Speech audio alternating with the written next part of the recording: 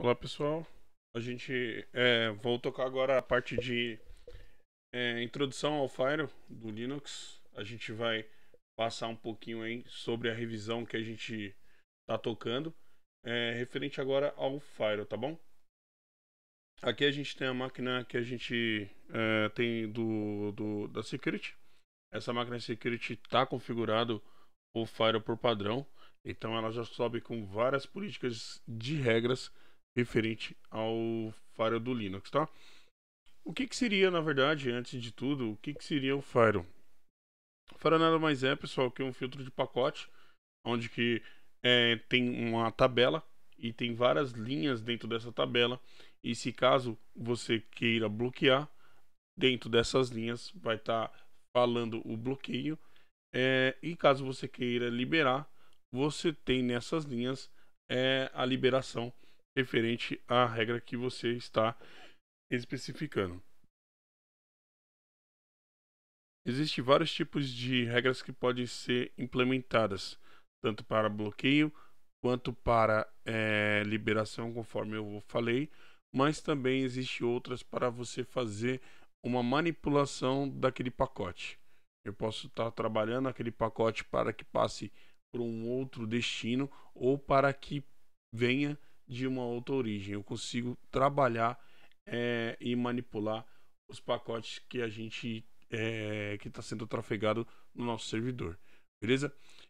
De acordo com a apostila, existem dois tipos aí de firewall. Existe o firewall de rede, que é um firewall mais de borda, aquele firewall que está lá na ponta, galera. É, que está na ponta, suportando todas as requisições que estão vindo de fora e as requisições que estão vindo de dentro para fora e vice-versa, tá? Existe firewall de host, então a gente pode configurar dentro das nossas máquinas por padrão para que ela tenha um firewall para fazer a mitigação de segurança, como um firewall do Windows, por exemplo, que existe e também possui a liberação de alguns outros recursos, enquanto que o restante eles bloqueia por padrão. Beleza?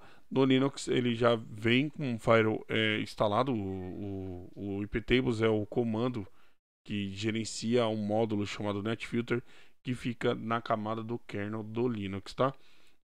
O comando iptables ele já vem pré-definido, já vem configurado, já vem pronto para ser utilizado, mas só que o Linux, quando ele é instalado, ele não vem com regras de firewall aplicadas, tá? São regras que a gente aplica posteriormente. Nas políticas de utilização de firewall, geralmente no ambiente corporativo a gente utiliza é, o padrão de bloquear tudo e liberar apenas o que for necessário. Se a gente pensar no modo inverso, de você bloquear aquilo que você está querendo bloquear, fica mais difícil, porque é difícil mapear tudo que a gente não precisa, tá? Ao inverso disso, a gente bloqueando tudo e liberar apenas aquilo que a gente necessita, a gente consegue fazer um firewall mais aplicado, mais seguro, de acordo com o que a gente precisar. Então, se nossos clientes, nossos hosts que estão dentro da nossa rede, ele necessita de requisição, ele necessita de serviço de resolução de nome, beleza, a gente vai lá e libera a porta 53. Agora, se a gente, poxa, pensar que só pelo nome não basta e ele precisa também acessar o browser, acessar a internet e tudo mais, dependendo do caso, se for uma estação, a gente libera a porta 80 e 443. Se for um servidor, também se aplica? Sim, se aplica. Um servidor, quando ele vai fazer instalação de pacote, no caso do Linux, ele vai trafegar na porta 80 e 443. E se o caso for do Windows, ele precisar fazer um Windows Update e tudo mais, a gente precisa liberar as portas de acordo com cada serviço que ele utiliza, tá? Então, dentro dessa máquina security aqui, a gente já possui algumas regras já aplicadas. Então, conforme uma revisão, a gente sabe que o comando que gerencia aí, toda a parte de configuração é o comando iptables, tá? O comando iptables ele é muito extenso, ele existe vários parâmetros que a gente vai pegando com calma a cada momento, tá bom? Mas basicamente o comando que é mais utilizado do iptables é o iptables-l. O parâmetro "-l" de list, ele lista todas as chains, tabelas e políticas que a gente precisa entender mais, beleza? Então, de acordo com a apostila aí, a gente já passou sobre isso. A gente tem uma segregação aí, uma segregação de informação. Existe no iptables, galera, uma política, que é a política que define o que você quer fazer, tá? Existe a política, existe três políticas: a política de aceitar, a política de dropar e a política de rejeitar, tá? Vou falar cada uma delas, tá bom? Na lista, no comando que está abaixo, ele está mostrando aí que a política que está atribuída é a política drop. Política drop nada mais é que o pacote, quando ele é passado dentro dessa tabela, ele é lido em cada linha. Se esse pacote enquadrar em uma dessas linhas, ele vai ser liberado de acordo com o que está no target aqui.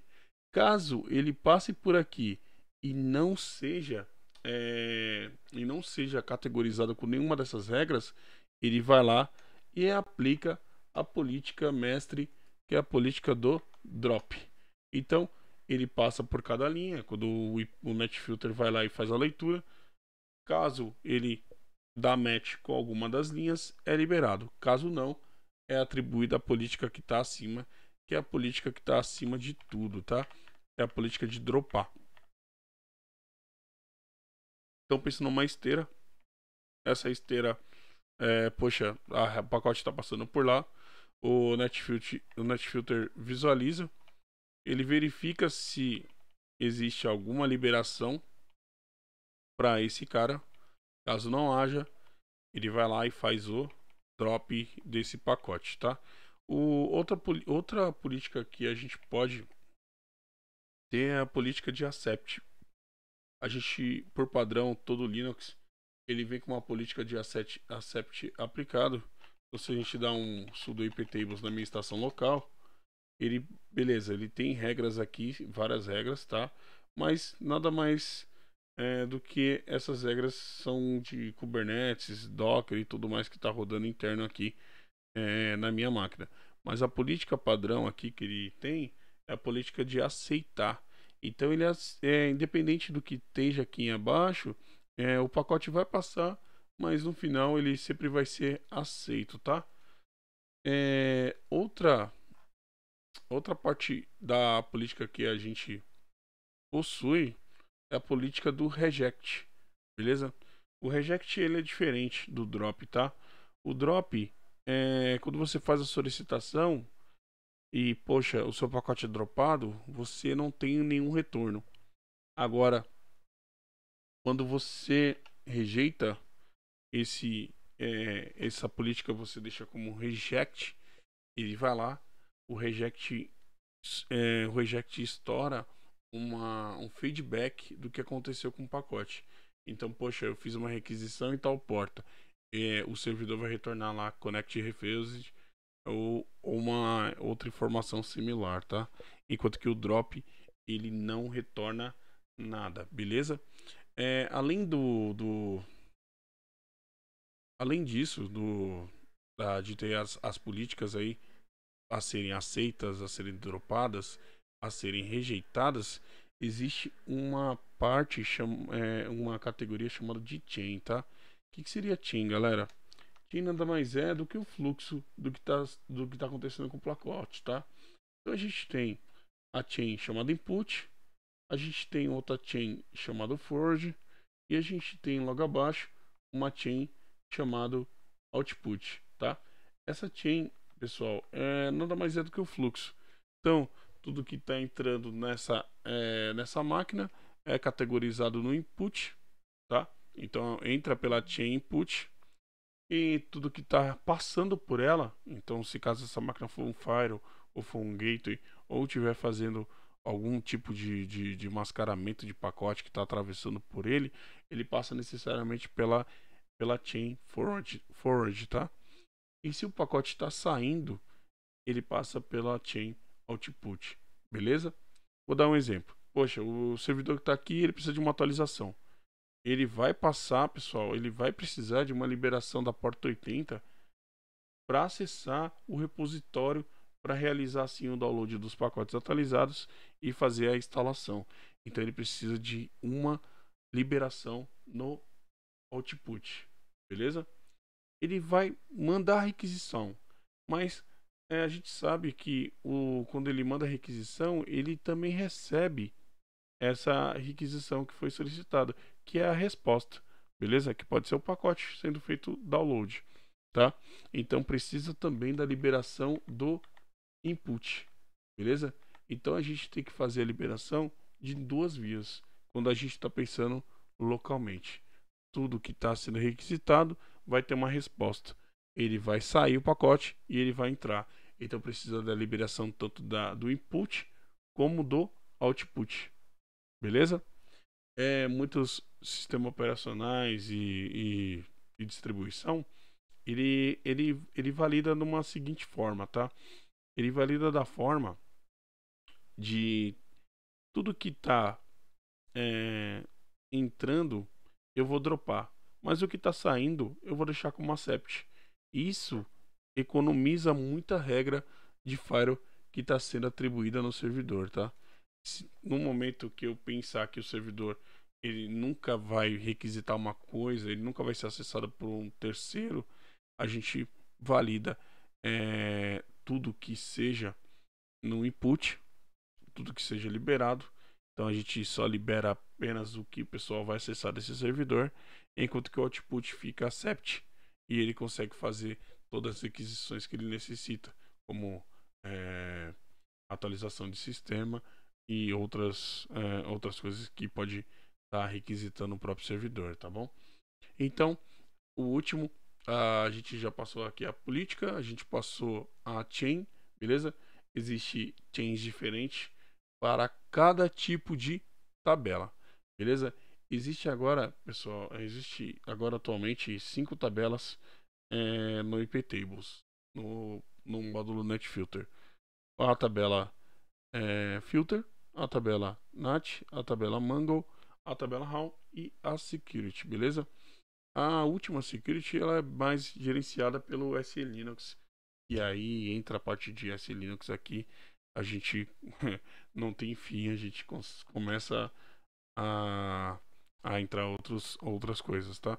Quando a gente dá o comando iptables, a primeira tabela que ele lista é a tabela filter, tá? Por padrão, a tabela filter é a tabela que é utilizada para fazer a listagem de regras padrões, tá bom? Existem outros tipos de tabela. Existe a tabela NAT, existe a tabela HAL e existe também a tabela Mango, tá? Mais para frente a gente vai explicar um pouquinho referente a cada tabela. Beleza? Então o vídeo termina aqui. A gente continua nas próximas edições. E qualquer dúvida a gente vai conversando, tá, galera? Pode estar colocando nos comentários qualquer dúvida referente ao conteúdo. Beleza? Valeu, tchau, tchau.